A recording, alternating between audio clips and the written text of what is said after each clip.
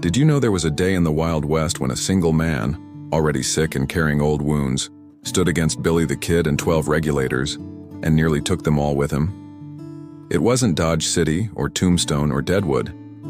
It was a quiet sawmill in the New Mexico territory called Blazer's Mill, and the man wasn't even an outlaw. He was a grizzled frontiersman named Buckshot Roberts.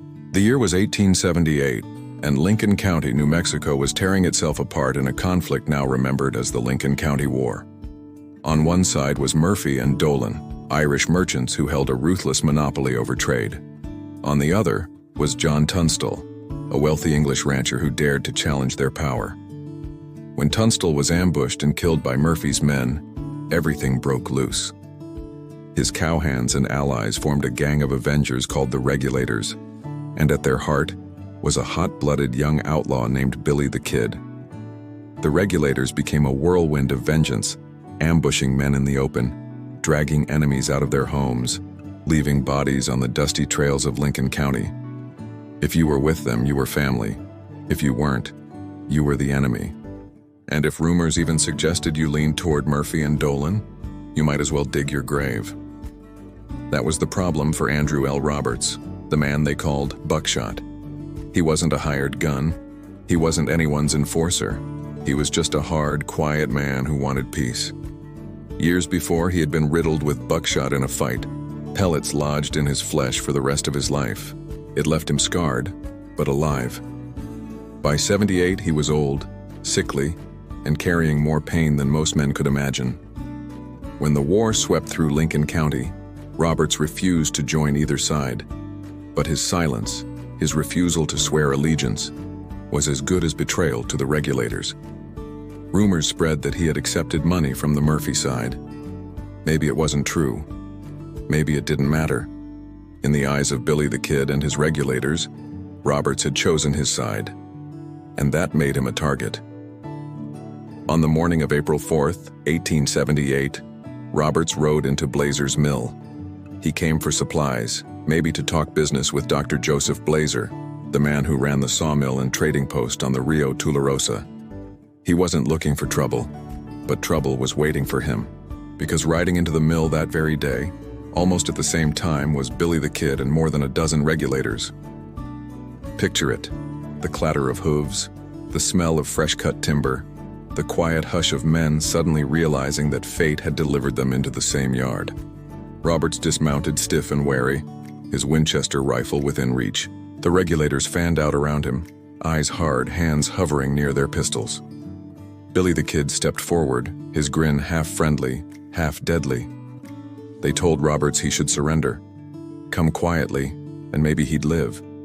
Billy even tried to talk smooth, telling him they didn't want his blood.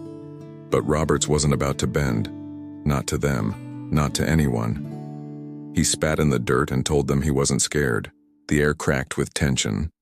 Then, Roberts raised his Winchester. The first shot exploded across the mill yard. Charlie Boder, one of Billy's closest allies, staggered and fell, bleeding. Before the Regulators could even react, Roberts fired again. This time, the bullet slammed into Dick Brewer, the Regulators' leader. Chaos erupted. Pistols roared. Splinters flew from the mill walls as bullets chewed through wood. Civilians ducked for cover inside the buildings. The Regulators dove behind water troughs and log piles, shouting, cursing, trying to regroup. But Roberts didn't hide. Sick, wounded, outnumbered 12-1, he stood his ground like a soldier. Every time one of the Regulators tried to make a move, his rifle barked, driving them back. At one point, Billy the Kid himself barely escaped death.